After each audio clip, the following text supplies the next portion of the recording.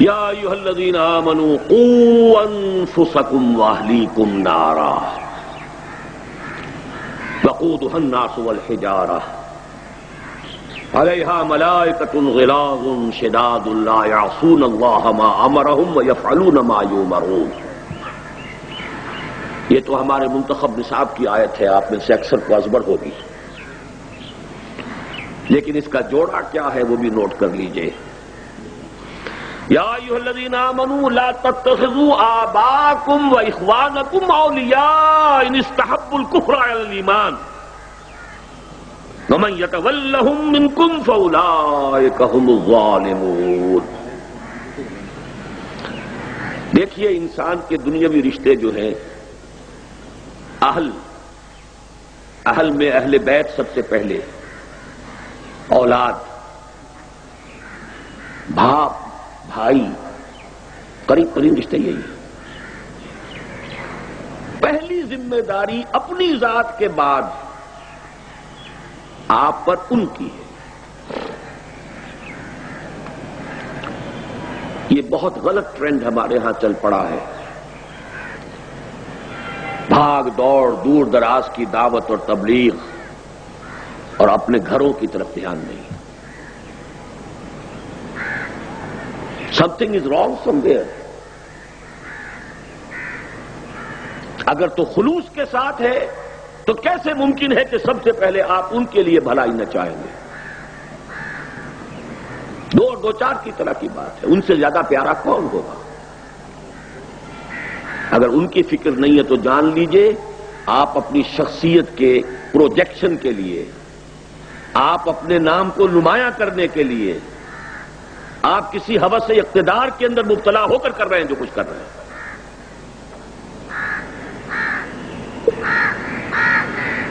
ورنہ سب سے پہلا معاملہ گھر، اہل و عیال، باپ اور بھائی۔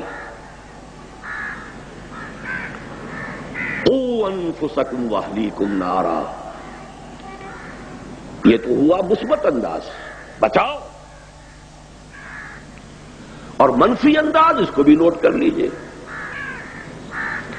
وہ معاملہ تو بہت ہی غلط ہے کہ آپ کوتاہی کر رہے ہو، غفلت کر رہے ہو، ان کی آخرت کی فلاح کی فکر نہ کریں، وہ تو ضلوا ضلالا بعیدا ہو گیا۔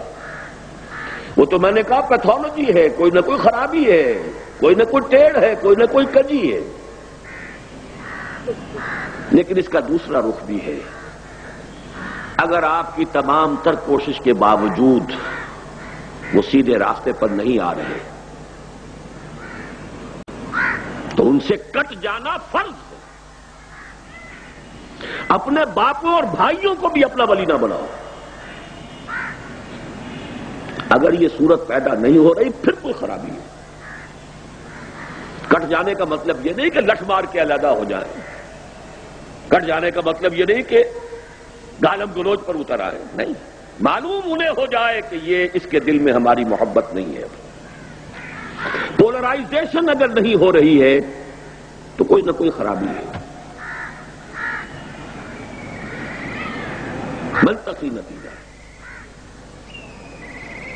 ان کے غلط طور اطوار بھی ہوں، ان کے غلط چال چلن بھی ہوں، ان کی زندگی کے غلط رخ بھی ہوں، اور آپ کی محبتیں بھی جو کہ تو قائم ہوں، اور آپ کی شفقتیں بھی جو کہ تو قائم ہوں، تو یا تو آپ میں اللہ کے لیے حمیت اور غیرت نہیں ہے، یا ان کی محبت آپ کے دلوں میں اللہ کی محبت سے زیادہ ہو گئی ہے، تیسری کوئی شکل موجود نہیں۔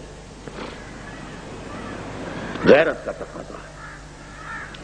میں خاص طور پر تنظیم کے نمایاں ساتھیوں سے بھی کہہ رہا ہوں، اس سال کا میرا اصل پیغام یہ سمجھیے، اپنے گھروں پر نگاہ ڈالیے، اپنی بیویوں کو دیکھیے،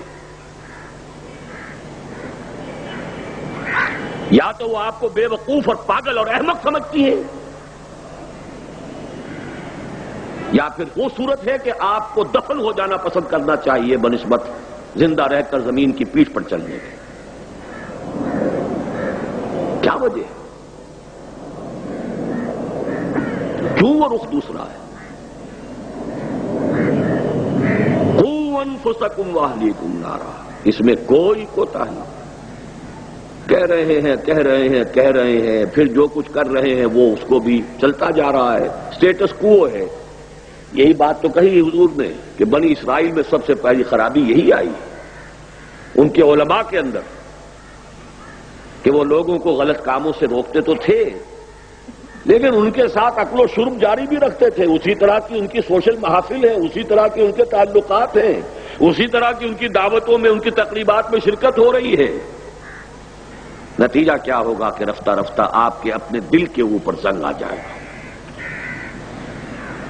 اس حدیث کے الفاظ غالباً میرا ذہن یہ ہے کہ اس کے بعد دعا مانگو گے اور تمہاری دعا قبول نہیں ہوگی۔ یہ بے غیرتی اور بے حمیتی نہیں ہونی چاہیے۔ تو میں ایک لفظ پولرائزیشن کے حوالے سے بات کرنا چاہتا ہوں۔